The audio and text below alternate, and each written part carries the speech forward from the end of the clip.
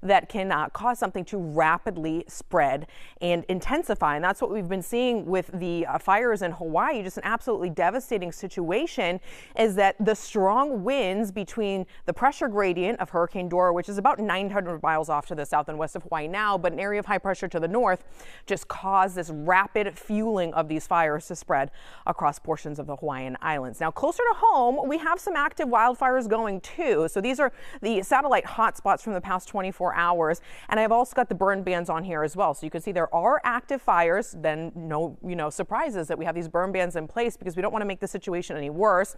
And all of our counties locally, except for Brazoria, do have these in effect. They're issued by the county judges and they have different regulations. So of course, check with your county to see kind of what stipulations are in place.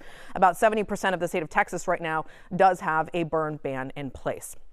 And so we also have a red flag warning, which is basically a fire weather warning in effect for the Brazos Valley, where, again, those ingredients are certainly looking to be within the threshold for the potential for something, if it were to spread very, very quickly. That low humidity, those gusty winds, and the very dry conditions. So this has been extended for our counties off to the north and west through 10 p.m. tonight. Potentially could get extended once again tomorrow. That's what we've seen kind of with that. The rip currents also being extended once again for Gulf-facing beaches. So be sure if you're headed down to swim and kind of try and beat the heat, cool off, reviewing beach safety, heat safety, fire safety. I know that's a lot to keep track of. Before it was just repetitively talking about the heat, which hasn't changed, but that starts to kind of create other problems down the road when it's been so hot and so dry persistently for a while. And another one of those is, of course, the drought. This is Thursday, so we get an update to the drought monitor on Thursday that includes the rain that fell through Tuesday.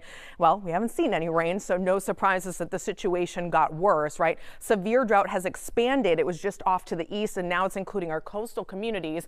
41% of our viewing area is experiencing severe drought, and 100% of our viewing area is now experiencing drought of some kind. So those that are not in the severe category are in the moderate drought, and that includes the other 59% of our viewing area. Nobody in the red yet. Extreme and exceptional, though, just off to the north of Beaumont. You can see that starting to develop. And of course, the hill country has been experiencing an extreme to exceptional drought for quite some time. They never climbed out of the one that they were experiencing last year.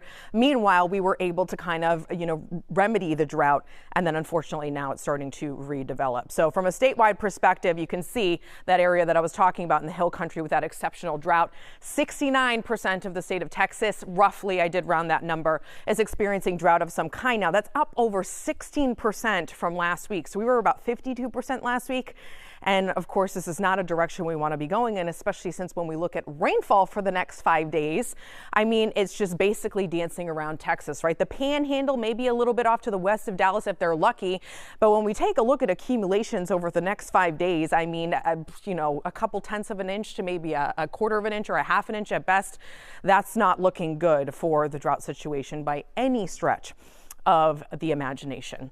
Taking a look at the tropics, the Atlantic remains dusty and quiet. We haven't had anything named in the Atlantic basin since dawn, which was back kind of middle towards the end of July. So that's the D name on the list. We've had 4 named storms, 1 unnamed. They went back for that storm that was in January, but you can see not much happening. And of course, the Saharan dust is preventing that. Now, the Pacific is a much different scenario. In fact, there's a parade of waves, all with different likelihoods that they might develop. This one towards the back end, which is just off the coast of Mexico, 30% chance of gradual development over time. The highest favored one is in the middle with 80% odds over the next 7 days. And then there is another wave kind of leading in the front in the wake of Hurricane Dora, which is still churning and burning, as mentioned, about 900 miles off to the south and west from the Hawaiian Islands. But this convection that you can see happening there also has about a 20% shot of some gradual development over time. Of course, these are all moving away from land. They're all moving towards the south of Hawaii, and it would be some time before they even got close to the Hawaiian island chains. But if you want more information on what's happening, we do our daily tropical briefings. You can scan that QR code and it takes you right to these. Those happen right around 4 o'clock in the afternoon. We really dive into everything happening in the tropics. These updates are a little bit more focused on the heat and what's happening locally.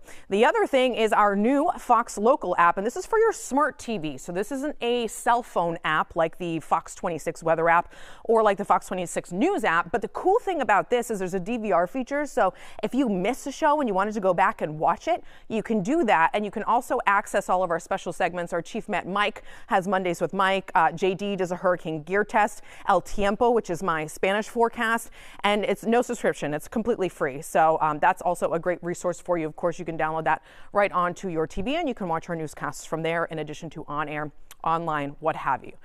All right, 7-day forecast looks pretty familiar, right? No real changes to be had. You can see daytime highs are going to be between about 101 and 103 for the extended period. Our morning lows, by the way, hovering near records as well.